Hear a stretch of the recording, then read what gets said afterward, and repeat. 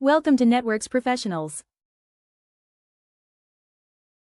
Welcome to The Explainer. Today, we're unpacking what I honestly think is the ultimate career upgrade for IT professionals looking at 2026, the Microsoft Certified DevOps Engineer Expert, or AZ-400 for short. If you're trying to figure out how to future-proof your tech career, well, you're in exactly the right place. Okay, let's dive into this. We're going to break this down step by step so this massive expert-level certification doesn't feel quite so daunting. We'll quickly run through the DevOps revolution, what's actually inside the AZ-400 exam, mastering those core skills, your specific certification roadmap, and finally, the global demand and salaries. Moving to Section 1, the DevOps revolution. To really understand this exam, we have to first look at the massive industry problem that DevOps actually solves. So why is DevOps literally everywhere in 2026? Look, it boils down to one simple thing. Companies are absolutely desperate for automation. The old-school ways of building and releasing software, they're just completely breaking down under modern business demands. And this brilliantly illustrates exactly what I mean. On the left, you've got the dark ages of software delivery. Without DevOps, teams are just stuck dealing with painfully slow deployments, way more bugs, exhausting manual work, and horrible collaboration. But look at the right side. When you bring DevOps into the mix, it's a total game changer. You get automated deployments, blazing fast software releases, rock-solid reliability, and continuous monitoring. It's night and day, really. To put it into perspective, modern companies aren't waiting months to release updates anymore. They are literally releasing software every single day. And to safely pull off that kind of speed, they rely 100% on DevOps professionals to automate the whole shebang. That's exactly why organizations worldwide are hiring for this role so aggressively right now. All right, Section 2, inside the AZ-400 exam. Think of this as the threshold in your hero's journey. Let's look at the test itself. Right off the bat, this exam has an 8.5 out of 10 difficulty rating. Make no mistake, this is not a beginner badge. It is a highly respected expert-level certification. It's tough because it forces you to completely bridge the gap between cloud administration, software development, and infrastructure automation all at once. Let's quickly run through the logistics, because knowing the enemy is the first step to conquering it, right? You're looking at 40 to 60 questions over about a 2-hour window.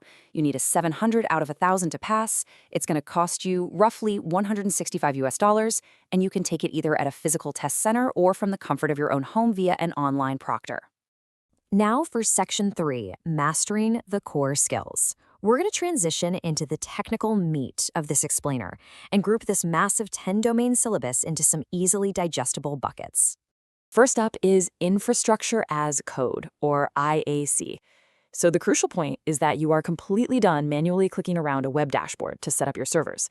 Instead, you'll be writing code using tools like ARM templates, Bicep, or Terraform to automatically deploy all your infrastructure. Next, we have the CI/CD pipelines domain. This is one of the absolute largest sections on the exam, and it's basically the core automation heartbeat of any DevOps workflow. You'll be dealing heavily with Azure pipelines and YAML, which is just a human-readable data format, setting up multi-stage deployments and securely handling secrets. Think of it as the automated highway that takes software from a developer's laptop straight into a live environment. You'll also need a solid grip on the containers and Kubernetes domain. These are massive industry standards today. Instead of bulky traditional servers, modern apps run in lightweight containers. You'll need to know Docker and how to store images in the Azure Container Registry. But the really big one is orchestrating those containers using Azure Kubernetes Service, or AKS. You'll be tested on concepts like pods, scaling deployments, and using Helm for monitoring. Which brings us to Section 4, your certification roadmap. Let's map out the step-by-step quest you actually need to undertake to reach this expert status. Because AZ-400 is an expert-level certification, Microsoft requires some very specific practical prerequisites. You absolutely have to build a solid cloud foundation first. Step 1 is knocking out Azure fundamentals, the AZ-900.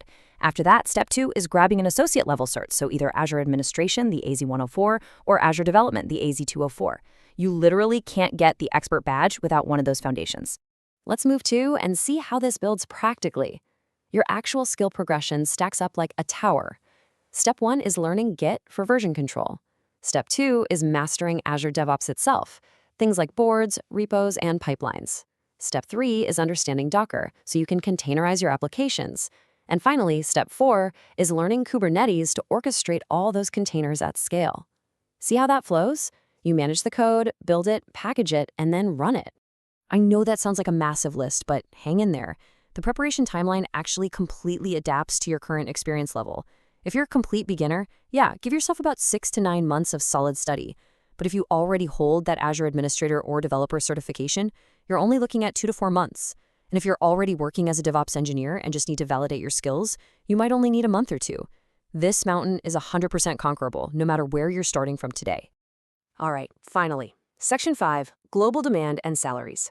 Let's talk about the ultimate reward for all this hard work, the seriously lucrative career prospects.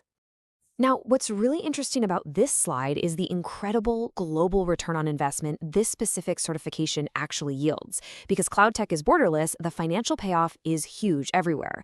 You're looking at estimated salaries stretching up to $180,000 in the US, £95,000 in the UK, and extremely competitive top-tier brackets across Australia, the UAE, and India. And keep in mind, these skills aren't just for Silicon Valley tech companies anymore. Look at this list: banking and finance, healthcare, AI and machine learning, e-commerce. Every major industry out there is desperately adopting cloud-native practices. They all need DevOps engineers to help them release software faster and safer. You are practically employable everywhere. So the industry demand is undeniable, the money is definitely there, and you now have a clear roadmap. The cloud is waiting. The only question left to ask yourself is, will you step up and become an expert in 2026?